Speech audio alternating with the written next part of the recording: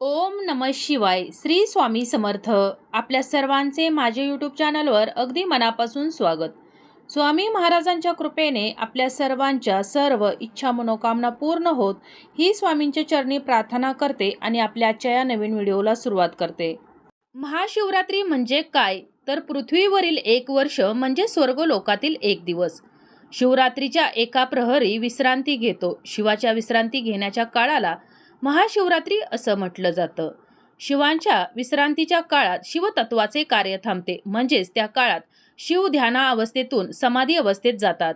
शिवांची समाधी अवस्था म्हणजे शिवाने स्वतःसाठी साधना करण्याचा काळ. त्या काळात विश्वातील तमोगुण शिवतत्व स्वीकारत नाहीत.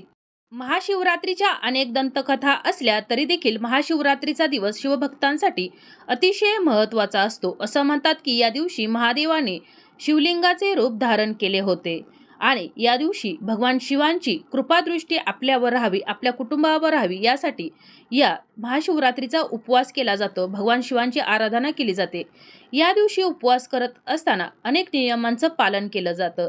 तर आपण आज या व्हिडिओमध्ये हा महाशिवरात्रीचा उपवास कसा करावा, कोणी करावा व कसा सोडावा, त्याचबरोबर गर्भवती स्त्रियांनी महाशिवरात्रीचा उपवास करावा का, त्याचबरोबर हा उपवास करत असताना केस धुवावेत का, तसेच कोणत्या नियमांचं पालन केल्यामुळं आपल्याला केलेल्या व्रताचं पुण्यफळ प्राप्त होईल, याविषयीची अगदी महत्त्वपूर्ण माहिती आपण अगदी थोडक्यात जाणून घेणार आहोत. तर संपूर्ण महत्त्वपूर्ण माहिती जाणून घेण्याकरिता व्हिडिओ शेवटपर्यंत पहा. त्याचबरोबर चॅनलवर जे नवीन आहेत त्यांनी चॅनलला सबस्क्राईब करा आणि व्हिडिओ पाहत असताना व्हिडिओला लाईक करायला विसरू नका. शिवभक्त वर्षभर ज्या महाशिवरात्रीची वाट पाहत असतात तो दिवस 8 मार्च 2024 रोजी येत आहे, म्हणजेच महाशिवरात्री. हा दिवस भगवान शिव आणि माता पार्वतीचा विवाह सोहळा म्हणून देखील आपण साजरा करत असतो. या दिवशी भगवान शिवांना प्रिय असणाऱ्या गोष्टी त्यांना अर्पण केल्या जातात, ज्यामुळं भगवान महादेव आपल्यावर प्रसन्न होतात आणि भक्तांच्या सर्व इच्छा मनोकामना पूर्ण करतात. या महाशिवरात्रीच्या दिवशी लोक उपवास करत असतात.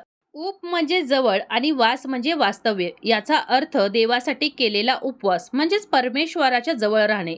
उपवासामध्ये अनेक गैरसमज दडलेले दिसतात. परमेश्वराशी जवळ राहण्यासाठी उपवास करणं आवश्यक आहे. उपवासाचा अर्थ उपाशी राहणे असा होत नाही. त्यामुळे महाशिवरात्रीच्या दिवशी काही पदार्थ वर्ज्य करून आपल्याला उपवास करायचा आहे. त्याचबरोबर काही नियमांचं पालन करणं देखील आवश्यक आहे. तसेच महाशिवरात्रीच्या दिवशी भगवान शिवांसाठी उपवास केला जातो, त्यांची विधिवत पूजा केली जाते. या दिवशी गर्भवती महिला देखील भगवान शिवांची विधिवत पूजा करतात, उपवास करतात. परंतु उपवास आरोग्यासाठी फायदेशीर आहे, परंतु गर्भधारणेदरम्यान उपवास केल्यानं काही वेळा गरोदर स्त्रीला तसेच न जन्मलेल्या बाळाला देखील हानी पोहोचते. त्यामुळे जर गर्भवती स्त्रीला जर उपवास करायचा असेल तर उपवास करण्यापूर्वी डॉक्टरांचा सल्ला अवश्य घ्यायला हवा. बहुतेक डॉक्टर गरोदरपणात कोणत्याही प्रकारचे उपवास न ठेवण्याचा सल्लाच देत असतात. 3 महिन्यापेक्षा कमी गरोदर असलेल्या महिलांनी उपवासाचा विचार देखील करू नये, कारण सुरुवातीच्या महिन्यात महिलांना उलट्या, अस्वस्थता, डोकेदुखी, अशक्तपणा, मळमळ यासारख्या समस्या उद्भवू शकतात. अशा स्थितीत उपवास ठेवल्यात अनेक अडचणी वाढू शकतात. याशिवाय 3ऱ्या महिन्यात उपवास करणे देखील सुरक्षित मानले जात नाही. जर तुम्हाला अशक्तपणा असेल किंवा मधुमेहासारखी जर समस्या असेल तर तुम्हाला उपवास ठेवण्याचा सल्ला दिला जात नाही. पण तुम्हाला जर कोणतीही अडचण नसेल तर तुम्ही तज्ज्ञांच्या सल्ल्याने, डॉक्टरांच्या सल्ल्याने उपवास करू शकता. गरोदर महिलांनी उपवास करत असताना काही गोष्टी लक्षात ठेवायलाच हव्यात. जर गरोदर महिला उपवास करत असेल तर तिनं कधीही निर्जला उपवास ठेवायचा नाही. दर 2 तासाच्या अंतरानं थोडं तरी काहीतरी खात राहायचं आहे. उपवास करत असताना नारळ पाणी, ज्यूस किंवा रसदार फळ हे घेणं आवश्यक आहे. द्रव पदार्थ घेणं आवश्यक आहे, जेणेकरून आपल्या शरीराला पोषक तत्व मिळतील. त्याचबरोबर भरपूर पाणी देखील प्यायचं आहे, त्यामुळं डिहायड्रेशनची समस्या उद्भवणार नाही. त्याचबरोबर उपवास करत असताना तळलेले पदार्थ, मसाल्याचे पदार्थ खायचे टाळायचे आहेत. अधिकाधिक पौष्टिक पदार्थ खाण्याचे प्रयत्न करायचा आहे. त्याचबरोबर चहा, कॉफीचे जास्त सेवन करायचं नाही. दिवसभरात 2 ते 3 अशी फळं खायची आहेत, ज्यामुळं आपल्याला ऊर्जा प्राप्त होईल. त्याचबरोबर या दिवशी सैंधव मिठाचा वापर करायचा आहे, जेणेकरून अशक्तपणा दूर होईल. उपवास करत असताना बाळाच्या हालचालींची देखील आपल्याला काळजी घ्यायची आहे.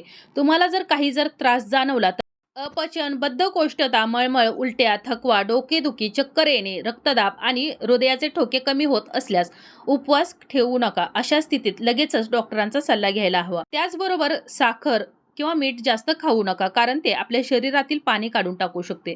तर अशा काही नियमांचं, काही गोष्टींचं पालन करून गर्भवती स्त्रियांनी उपवास करायचा आहे. शक्य होत असेल तरच उपवास करायचा आहे. जर त्रास कोणताही होत असेल तर चुकूनही उपवास करायचा नाही. तुम्ही पुढच्या महाशिवरात्रीला हा उपवास केला तरी देखील चालेल. परंतु आपल्याला जर आपल्यामुळं बाळाला जर काही त्रास होत असेल तर आपण हा उपवास करणं अवश्य टाळायचं आहे. तसेच गर्भवती महिलांनी या महाशिवरात्रीच्या दिवशी मंदिरात जायचं नाही, म्हणजेच महादेवांच्या मंदिरामध्ये जायचं नाही, तर आपल्या घरी शिवलिंगाची पूजा करायची आहे. त्याचबरोबर शक्य असेल तरच हा उपवास करायचा आहे. जर शक्य होत नसेल तर हा उपवास करू नये. त्याचबरोबर या महाशिवरात्रीच्या दिवशी महिलांनी केस धुवावेत का, तर महिलांनी या दिवशी केस अवश्य धुवायचे आहेत, परंतु केस पूर्णपणे सुकवून आणि केस बांधूनच मगच या भगवान शिवांची शिवलिंगाची पूजा करायची आहे. केस मोकळे सोडून किंवा ओल्या केसाने या महादेवांची पूजा करायची नाही. केस हे अवश्य धुवायचेच आहेत.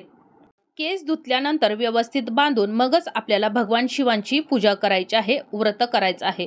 आता हा उपवास करत असताना महाशिवरात्रीचा कसा करावा व कसा सोडावा, तर महाशिवरात्रीचा उपवास करत असताना तळलेले पदार्थ आपल्याला खायचे टाळायचे आहेत. उपवासात तळलेले पदार्थ जास्त खाल्ले तर पचनाशी संबंधित समस्या निर्माण होऊ शकतात. त्यामुळं आपल्याला या दिवशी तळलेले पदार्थ खायचे टाळायचे आहेत. त्याचबरोबर उपवास करत असताना कांदा, लसूण तसेच मांस, हे जे तामसिक पदार्थ आहेत तर हे देखील खायचे टाळायचे आहेत.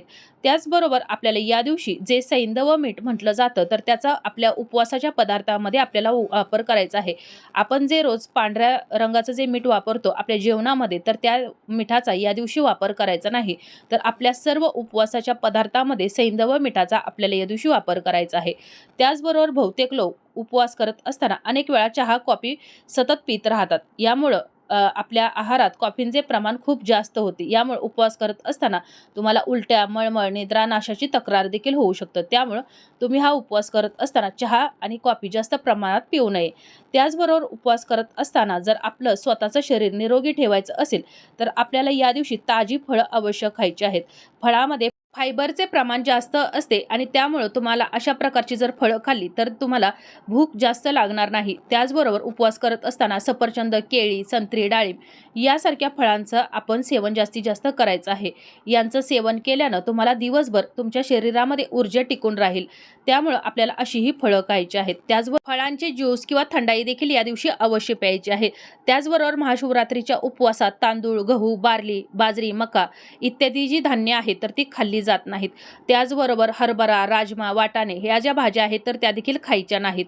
उपवास करत असताना शक्य असेल तर या दिवशी घरातील कोणीही मांसाहार करायचा नाही. व्रत करणाऱ्या व्यक्तीनं देखील नाही आणि ज्यानं व्रत केलं नाही तर त्यांनी देखील नाही. तसेच हा उपवास करत असताना जी कंदमुळं असतात जमिनीच्या खाली जे उगवतात, म्हणजेच गाजर असेल, बीट, मुळा असेल, तर ते ज्या भाज्या आहेत तर ते देखील आपल्याला ही कंदमुळं खायची या दिवशी टाळायची आहेत. आता अशा प्रकारे आपल्याला हा उपवास करायचा आहे. आता हा उपवास कसा सोडायचा, तर हा महाशिवरात्रीचा उपवास करत असताना रात्रभर आराधना, प्रार्थना आणि ध्यान करत आपल्याला जागरण करायचं आहे. आणि त्यासाठीच मी सांगितल्याप्रमाणे आपल्याला पचायला हलका आहार घेऊनच आपण हा उपवास करायचा आहे. त्यानंतर अशा प्रकारे आपल्याला रात्रभर भगवान महादेवांची आराधना, प्रार्थना, ध्यान करायचं आहे, जागरण करायचं आहे. आणि महाशिवरात्रीच्या रात्री किंवा दुसऱ्या दिवशी आपल्याला हा उपवास सोडायचा आहे. शक्यतो आपल्याला हा उपवास दुसऱ्या दिवशी सोडायचा आहे, म्हणजे 24 तासानंतर. म्हणजेच आपण 8 मार्च 2024 रोजी सकाळी या उपवासाला सुरुवात करायची आहे आणि दुसऱ्या दिवशी 9 मार्च 2024 रोजी आपल्याला हा उपवास सोडायचा आहे. आता हा उपवास सोडत असताना तुम्ही कोणतेही गोडाधोडाचे पदार्थ करायचे आहेत आणि हे गोडाधोडाचे पदार्थ खाऊन तुम्ही हा उपवास सोडू शकता. म्हणजेच तुम्ही शिरा जो असतो तो देखील खाऊन उपवास सोडू शकता, किंवा तुम्ही पुरणपोळीचं जरी जेवण बनवलं आणि ते खाऊन जरी उपवास सोडला तरी देखील चालेल. परंतु कोणतेही तामसिक पदार्थांचा उपवास सोडताना देखील आपण वापर करायचा नाही, खायचा नाही. त्याचबरोबर भगवान महादेवांना त्यांच्या कोणत्याही पूजेमध्ये हळद चालत नाही. त्यामुळं त्यांच्या जो आपण उपवास करणार आहोत, व्रत करणार आहोत, तर त्या व्रताचे जे आपण पदार्थ खाणार आहोत, जी भाजी खाणार आहोत, तर त्यामध्ये कुठेही आपण हळदीचा वापर करायचा नाही. त्याचबरोबर भगवान महादेवांना तुळस ही त्यांच्या पूजेमध्ये चालत नाही. त्यामुळे त्यांच्या पूजेमध्ये किंवा व्रत करत असताना आपण कोणत्याही ठिकाणी तुळशीचा देखील वापर करायचा नाही. हळद आणि तुळस वर्ज्य करून आपण हा उपवास हे व्रत करायचे आहे. भगवान श्रीहरी विष्णूंच्या पूजेमध्ये तुळस आणि हळदीला अत्यंत महत्त्व महत्त्व असते, परंतु भगवान महादेवांच्या पूजेमध्ये व्रतामध्ये हळदीला आणि तुळशीला वर्ज्य केलेले आहे. त्यामुळं तुम्ही जर अशा प्रकारे या 2 वस्तू, त्याचबरोबर हे तामसिक जे पदार्थ आहेत, कांदा, लसूण किंवा मांस हे जे पदार्थ आहेत, तर ते टाळून आपल्याला अगदी साध्या सोप्या पद्धतीने आपल्या शरीराची काळजी घेऊन आपल्याला हा उपवास करायचा आहे. या दिवशी आपल्याला भगवान महादेवांचं नामस्मरण करायचं आहे, विधिवत भगवान महादेवांची पूजा करायची आहे, सेवा करायची आहे, आराधना करायची आहे आणि अनेक उपाय, अनेक सेवा करायच्या आहेत, जेणेकरून भगवान महादेवांची कृपादृष्टी आपल्यावर, आपल्या कुटुंबावर राहील आणि त्यांच्या कृपेने आपल्या सर्व इच्छा मनोकामना पूर्ण होतील. त्याचबरोबर मी सांगितल्याप्रमाणे गर्भवती महिलांना जर शक्य असेल तरच त्यांनी या दिवशी उपवास करायचा आहे, शक्यतो त्यांनी या दिवशी उपवास करायचाच नाही. त्याचबरोबर गर्भवती महिलांनी महादेवांच्या मंदिरामध्ये या दिवशी जायचं नाही, तर त्यांनी घरच्या घरी आपल्या देवघरातील शिवलिंगावरती अभिषेक करायचा आहे, घरच्या घरी महादेवांची पूजा करायची आहे. त्याचबरोबर केस जर धुवायचे असतील तर ते तुम्ही धुतल्यानंतर पूर्णपणे केस सुकवूनच मग महादेवांची पूजा करायची आहे. त्याचबरोबर महादेवांची पूजा करत असताना केस कधीही बांधलेलेच असावेत, कधीही मोकळे सोडून महादेवांची पूजा करायची नाहीत. अशा प्रकारे त्याचबरोबर महादेवांची पूजा करत असताना कोणीही केली तरी देखील चालते, कुमारिकांनी केली चालते, विधवा स्त्रियांनी केली, पुरुषांनी कोणीही त्यांची पूजा केली तरी देखील चालते. अशा प्रकारे तुम्ही जर या महादेवांची पूजा केली, उपवास केला, व्रत केला, गर्भवती महिलांनी आपल्या आरोग्याची काळजी घेऊन जर हा उपवास केला, व्रत केले, तर तुम्हाला केलेल्या व्रताचे पुण्यफळ प्राप्त होणार आहे. भगवान महादेवांची कृपादृष्टी तुमच्यावर, तुमच्या कुटुंबावर राहणार आहे आणि तुमच्या सर्व इच्छा मनोकामना हे भगवान भोलेनाथ पूर्ण करणार आहेत. तर अशा प्रकारे आपल्याची ही माहिती, आजचा हा व्हिडिओ इथंच थांबवते. ही माहिती, हा व्हिडिओ तुम्हाला कसा वाटला कमेंट करून जरूर कळवा. माहिती आवडली असेल तर व्हिडिओला लाईक करा, चॅनलला सबस्क्राईब करा आणि हा व्हिडिओ जास्तीत जास्त शेअर करा. धन्यवाद.